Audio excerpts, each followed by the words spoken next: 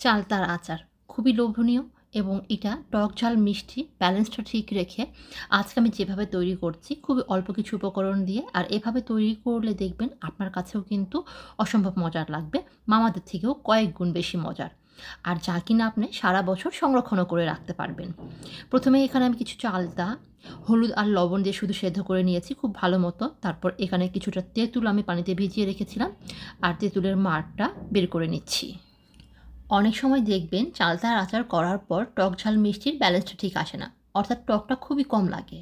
তো এভাবে কিছুটা তেঁতুলের মাড় যদি ব্যবহার করেন, তার চালতার আচারে যে ঝোলটা সেটা যেমন একটু বেশি হবে এবং চালতার টক ঝাল মিষ্টির ব্যালেন্সটাও ঠিক হবে, যা খেতে ভীষণ ভালো লাগবে। আমার মতো এভাবে কিছুটা তেঁতুলের মাড় দিয়ে আপনারাও তৈরি করে দেখতে পারেন। আর যারা করেন অলরেডি তারা অবশ্যই কমেন্ট সেকশনে লিখে জানাবেন। আর চালতাগুলো দেখেন কতটা নরম করে সেদ্ধ করেছি। হাত দিয়ে হালকা করে একটু চাপ দিলেই দেখবেন যে এরকম ভেঙে ভেঙে আসছে, কিন্তু এরকম জটটা লেগে থাকবে, একদম খুলে আসবে না। এভাবে সেদ্ধ করে নিলে সেই চালতাগুলো খেতে ভীষণ ভালো লাগে, অর্থাৎ ভেতর পর্যন্ত একদম টক ঝাল মিষ্টির ব্যালেন্সটা ভরপুর হয়। এখানে একটা প্যানের মধ্যে ২-৩ টেবিল চামচের মতো সরিষার তেল নিয়ে তার মধ্যে রসুন থেতো দিচ্ছি। রসুনটা হালকা করে ভেজে নেব। যেহেতু চালতাগুলো আগেই লবণ দিয়ে সেদ্ধ করেছি, তাই এ পর্যায়ে লবণের পরিমাণটা খুব সামান্য দিচ্ছি। মরিচের গুঁড়ো, ভেজে নেওয়া মরিচের গুঁড়োটা অ্যাড করেছি আর চাট মশলা দিচ্ছি ১ চা চামচ। এই সব কিছু একসাথে দিয়ে রঙের জন্য খুব সামান্য একটু হলুদ গুঁড়ো দিচ্ছি। চালটা যেহেতু আমি হলুদে সেদ্ধ করেছি, তাই এ পর্যায়ে হলুদ লবণটা কিন্তু কম দিয়েছি।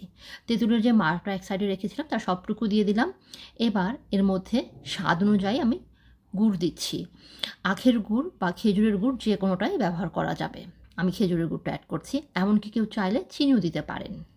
এবার এই লিকুইডের মধ্যে অ্যাড করছি যে সেদ্ধ করে চালটাগুলো একটু হালকা হাত দিয়ে ডেবে ডেবে রেখেছিলাম সেগুলো সবটুকুই। আর এই মিশ্রণের মধ্যে চালটাগুলো খুব ভালো মতো ফুটিয়ে নেব। আর চালটার আচার যেন নষ্ট না হয় এর জন্য অ্যাড করছি হোয়াইট ভিনেগার 1/2 কাপ পরিমাণ।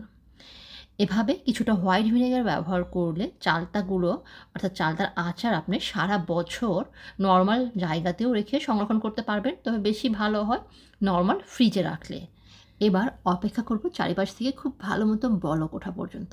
ঢাকনা দিয়ে ঢেকে রাখছি আর কিছুক্ষণ ফুটিয়ে নেব ৪-৫ মিনিট পর্যন্ত। এতে করে ভেতর পর্যন্ত এর টক ঝাল মিষ্টির ব্যালেন্সটা ঠিক হবে। আর দেখেন কত সুন্দরভাবে হয়ে গেছে। এখন কিন্তু আর জাল করার দরকার নাই।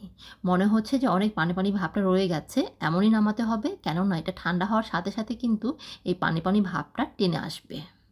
তাই চুলা থেকে নামিয়ে আপনাদেরকে ঠান্ডা হওয়ার পর পরিবেশন করে দেখাচ্ছি। খেজুর গুড় দিয়ে আজকের আচারটা তৈরি করার জন্য দেখেন এর কালারটা কতটা লোভনীয় হয়েছে।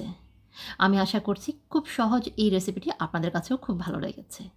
ওপর দিয়ে একটু চিলি ফ্লেক্স আর একটু চাট মশলা ছিটিয়ে নিচ্ছি। এরই মাঝে তৈরি হয়ে গেল অসম্ভব মজাদার চালতার আচার। আশা করছি রেসিপিটি ভালো লেগেছে। ভালো লেগে থাকলে প্লিজ লাইক, কমেন্ট এবং শেয়ার করবেন, যেন এই সহজ রেসিপিটি ফলো করে যে কেউ বানিয়ে নিতে পারেন এবং সারা বছর সংরক্ষণ করতে পারে।